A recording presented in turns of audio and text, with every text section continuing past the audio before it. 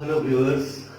आज फिर एक बार ट्रांसफॉर्मेशन ऑफ सेंटेंस को लेकर चर्चा होगी।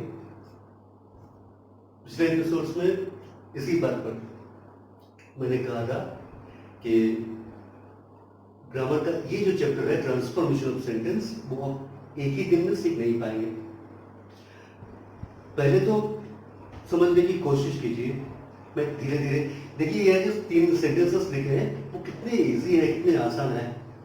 जितनी आसानी से समझाया जा सकता है मैं कोशिश करूंगा, इसीलिए सेंटेंस ऐसे चुना गया है। लेकिन एक बात है, आपको धीरज रखना पड़ेगा। एक दिन में आप सीख जाएंगे ऐसा नहीं होगा। तो शुरू कर रहा हूं मैं। अच्छा, इससे पहले कह दूं कि मेरे चैनल अगर अच्छा लगे तो सब्सक्राइब कीजिएगा, लाइक कीजिएगा, शेयर कीजिएगा। चलिए शुरू करते हैं। आज हम सीखने वाले हैं ट्रांसफॉर्मेशन ऑफ सेंटेंस के affirmative to negative. Sentence question में जो दिया है बहुत ही छोटा है, बहुत ही आसान है, समझने लायक है। ही इज लेजी मतलब वो आलसी है। इसे नेगेटिव करना है मतलब इसमें एक ना लाना है आपको। वो आलसी है।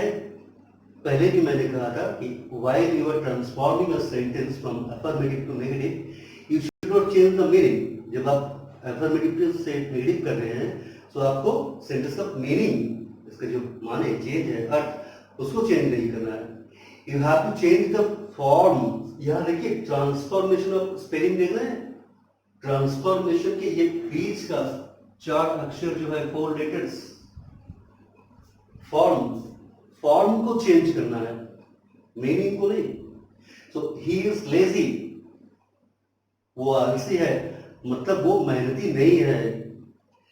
ही इज लेजी ऐसा होगा। He is not diligent, diligent means मेहनती। सो ही इज मतलब वो है, आपको पहले कहना है वो नहीं है। क्या नहीं है? मेहनती नहीं है। इसका मतलब तो वही निकला कि वो आलसी है। देखिए मीनिंग ठीक है ना, सिर्फ फॉर्म चेंज हो गया है। क्या चेंज हो गया है? ही इज लेजी, ये अफर्मेटिव फॉर्म में था। देखिए ही इज लेजी सेंटेंस में कहीं भी आपको नो या नॉट या नेवर ऐसा कुछ नहीं मिलेगा। इस तरह के सेंटेंस को ही कहते हैं अफर्मेटिव सेंटेंस। और इसमें जब आप ना लाइएगा, नो और नॉट और नेवर, तो ये नेगेटिव बन जाएगा, keeping the meaning the same. So he is lazy, क्या हुआ इसका answer? He is not diligent मतलब वो मेहनती नहीं है। सो ही इज को पहले आप ही इज नॉट लिखेंगे, फिर एक अपोजिट वर्ड देंगे।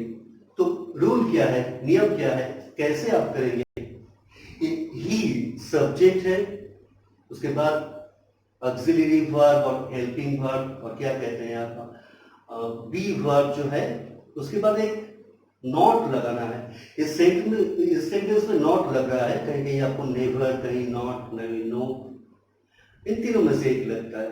वो आप आगे चलकर थोड़ी थोड़ी करके समझ जाएंगे। ही इज नॉट और एक लेजी जो है, इसका अपोजिट वर्ड डिलीजेंट, ये लाना है। तो इतना देखने के बाद तो आप समझ ही गए होंगे कि सेंटेंस में कोई एक ऐसा वर्ड रहेगा जिसके एक अपोजिट मीनिंग जो बिलोंग शब्द, वो आपको लाना है।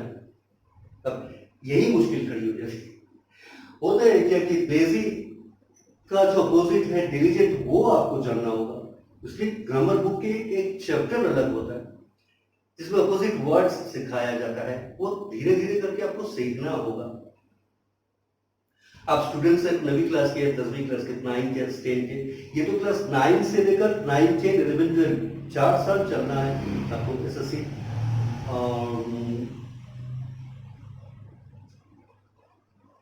फिर दूसरा जो सेंटेंस है, वी आर हैप्पी।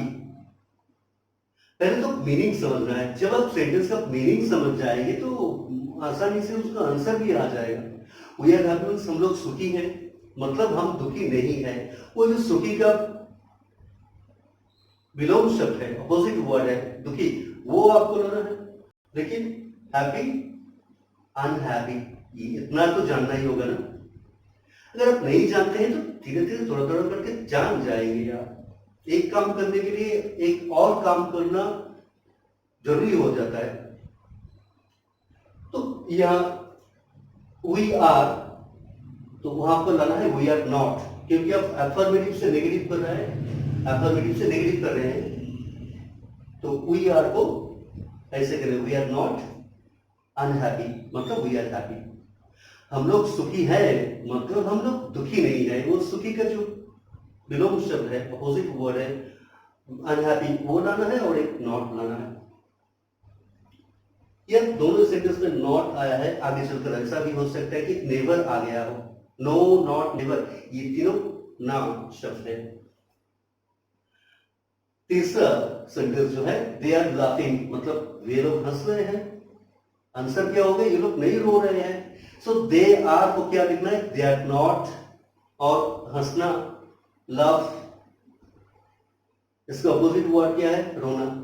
ये लोग हंस रहे हैं मतलब ये लोग नहीं रो नहीं रहे हैं। सो दे आर नॉट क्राइंग। या ये तीन सेंटेंस से मैंने कोशिश किया समझाने की, और सेंटेंस तीन जो है क्वेश्चंस के वो इतना आसान है, इतना आसान है कि आप समझ ही जाएंगे। लेकिन आगे चलकर ये सेंटेंस थोड़ा थोड़ा करके कठिन होता जाएगा। ऐसा नहीं कि एग्जाम में ऐसे ही क्वेश्चन आएंगे, he is lazy, he is not diligent, ऐसा नहीं है। ये शुरुआत है, इसलिए सेंटेंस आसान इजी दिया गया है। इससे पहले के एपिसोड में ट्रांसफॉर्मेशन ऑफ सेंटेंस सिखाया गया है, आप मेरे चैनल में देख सकते हैं और आगे की वीडियो में। और आगे चलकर भी मैं ट्रांसफॉर्मेशन ऑफ सेंटेंस को लेकर काफी विस्तार से चर्चा करूंगा, ताकि आप सीख पाए। और जो सीखना है वो गहराई से सीखना है, ऐसा नहीं ऊपर ऊपर आप कुछ जान लिया है, कुछ सीख लिया है। और सवाल करना है, हर समय सवाल करना है कि सर ऐसा क्यों हुआ, ये क्यों नहीं हुआ, वो क्यों हुआ। तो ही इज के साथ ही इज नॉट क्यों हुआ, ऐसे ना, वो आलसी है मतलब वो मेहनती नहीं है, वो नहीं के लिए नॉट लाना पड़ेगा, यही बात। अब ये ट्रांसफॉर्मेशन ऑफ सेंटेंस तो क्लास 9 क्लास 8 से भी आता है। अब जो जो लोग पहले पहले क्लास 5 में 6 में 7 में सही तरह से सीख नहीं पाए हैं, वो आगे चलकर अब जुड़ जाइए हमारे साथ। मैंने ये शुरू किया है, इसके साथ जुड़ जाइए, आप सीख जाइए। आगे हो सकता है पिछले कई सालों से आप इंग्लिश में वीक रहे हैं, इसका मतलब ये नहीं कि आगे चलकर भी आपको वीक ही रहना है, ऐसा नहीं होता है। चले, लेकिन आपको सीखना होगा इंग्लिश की अहमियत, इंग्लिश की इम्पोर्टेंस जो है ये तो काफी है। बिना सीखे आप कुछ कर नहीं सकते, आगे नहीं बढ़ सकते। स्कूल के एग्जाम तो लोग पास कर देता है, पर बाद में चलकर नौकरी के एग्जाम जब देने पड़ते हैं तब आपको जमना पड़ता है। You must know English is so important subject that without knowing English you can not move, keep yourself forward. आगे बढ़ना है तो इंग्लिश सीखना है, वही धीरे धीरे करके। अब मैं एपिसोड जो बनाता हूँ छोटे छोटे रखता हूँ ताकि आप आसानी से समझ पाए सेंटेंस से। ठीक है, इतना कमेंट करके बताइएगा प्लीज कि आपको कैसा लग रहा है इससे। ठीक है, तो चैनल सब्सक्राइब कीजिएगा, लाइक कीजिएगा, शेयर कीजिएगा, और फिर मैं आगे चलकर और कुछ समझाऊंगा। Okay, best of luck.